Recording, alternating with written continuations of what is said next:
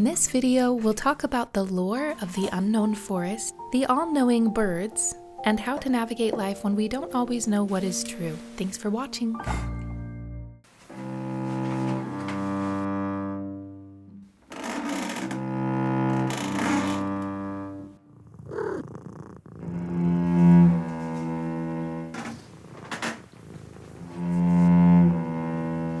Not to be dramatic or anything, but I've been going through an existential crisis. And we'll get to that in a second, but first, have you heard of the Dunning-Kruger effect? It's a concept that says basically that the more we learn about something, the more evident it becomes how little we actually know about it, right? Like, let's go back to when you first learned how to read. And how exciting it was to finally write your name and then even read your first chapter book. Mine was Junie B. Jones, of course. But as you get older, the books become more complicated and you start getting those vocabulary lists and you start to realize that you may know how to read, but the dictionary is ginormous and classic literature sounds like gibberish. It's like now that you've learned how to read, you're realizing that there's a whole new language of words that you've never even heard. It seems that for the last year or so, I've questioned absolutely everything I've ever been taught or believed. It's been as charming as it sounds. The Christmas season ended not too long ago, and the entire season there was a constant commentary in my head about the concept of Santa Claus, believing in things we can't see, trusting what our parents and teachers tell us are truth.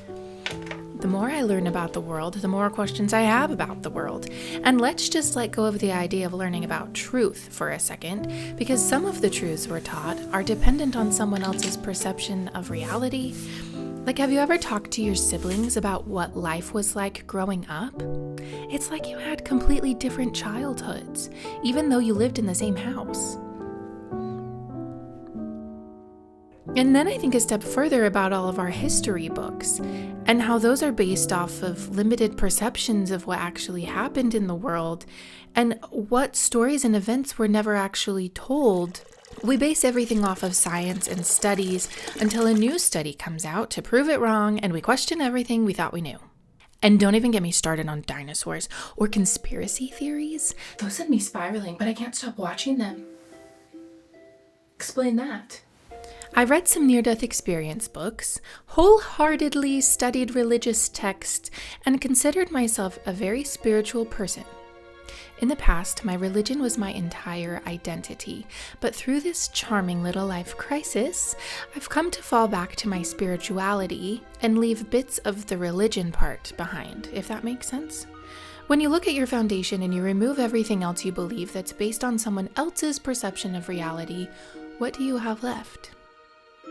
If no one ever taught us what was right and wrong, what would our moral compass tell us innately? How would we treat each other? How would we live life? Do you make your life decisions based off some inner guide? Or based off of what you've been taught is correct? Or maybe something else entirely? Perhaps I'm sharing my thoughts on all this a bit prematurely, because I truly don't have answers to any of it. My mantra the last little bit has been, be alive right now. My brain thinks a lot, and I'm finally learning the skill to quiet it a bit. You know, like those little practices. Focus on your breathing. What can you smell? Name something you can hear. Taste, feel, be present. You know those. Before I spiral out of control, why don't we paint a little? And talk about the forest in Haven Hollow, because that's where I like to visit when I'm in the depths of the unknown. Once upon a time, in the village of Haven Hollow, there was a bird. Well, there were lots of birds, actually. You can think of them like their own little floating village above the town. The birds see everything and tell nothing. This is a magical village, and while I'm committed to the bit, talking birds just crosses the line from magical to creepy. So they stay quiet. But you can always see the gleam in their eyes that promises they know more than they let on.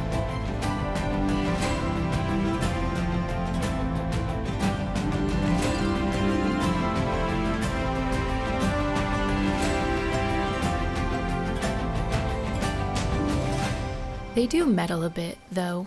Just the other day, there was a village girl who picked up a shiny rock and instantly fell in love with it.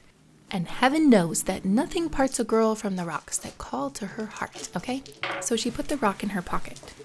Unbeknownst to her, it slid right back out through a hole she didn't even know was there, because the day prior she had found a really cute twig, and she also pocketed that, but it poked a hole, and so the rock fell through. One of the birds saw the whole thing, so he carried the rock off and left it on her porch step later that night. She thinks it's serendipity when she wakes up and finds the rock. The bird knows better.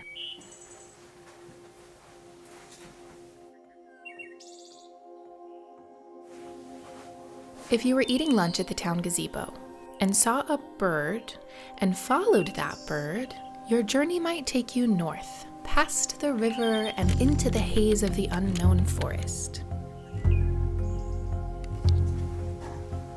Not many villagers venture out there. They're a cozy, simple folk. They have their routines and comforts, and adventures aren't usually on their to-do lists.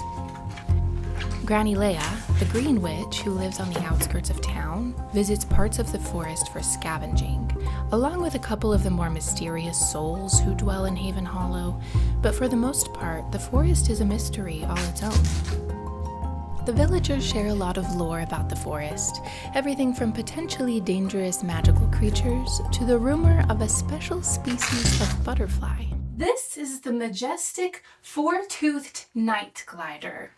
She was spotted for the first time last week, and word has it she goes by Shirley. Actually, I called a town meeting, and the villagers named her Giselle. So. Well, I've already written Shirley. Okay, well, you're going to have to change that. So, can we get back to the story now? Yeah, okay. Some say, based off of the few accounts of those who have ventured past the line of trees entering the forest, that it holds a different experience for each individual that enters. That it's the deepest magic that the village holds and connects to your heart when you cross the barrier. Most of the townsfolk refer to the barrier as the unknown. It's a little bit scary and a lot of it enchanting. Some venture out there in search of answers. Others stumble upon the threshold unknowingly and cross through because they wanted to pick a pretty flower on the other side. But all who have ventured out and back again have returned with a different perspective on life and an air of what one might liken to a deep breath. At the end of the day, when the stars come out to twinkle, the birds deliver lost rocks, and the townsfolk turn out the lights. I suppose it's up to you to decide what is lore and what rings true. And sometimes you'll hear a story of the unknown that you hadn't considered before, and perhaps it will replace what used to ring true to you. Other times, you'll realize that just because you lived what you consider to be your truth, it didn't mean it was actually true. And maybe there's a reason the birds don't just open their creepy little beaks and set the record straight. All I'm trying to say is that I, for one, know nothing. My heart tells me the concept of love might just be the most important thing to our existence. I'm content trusting the birds to take care of the little important details we often overlook. I think they call that faith.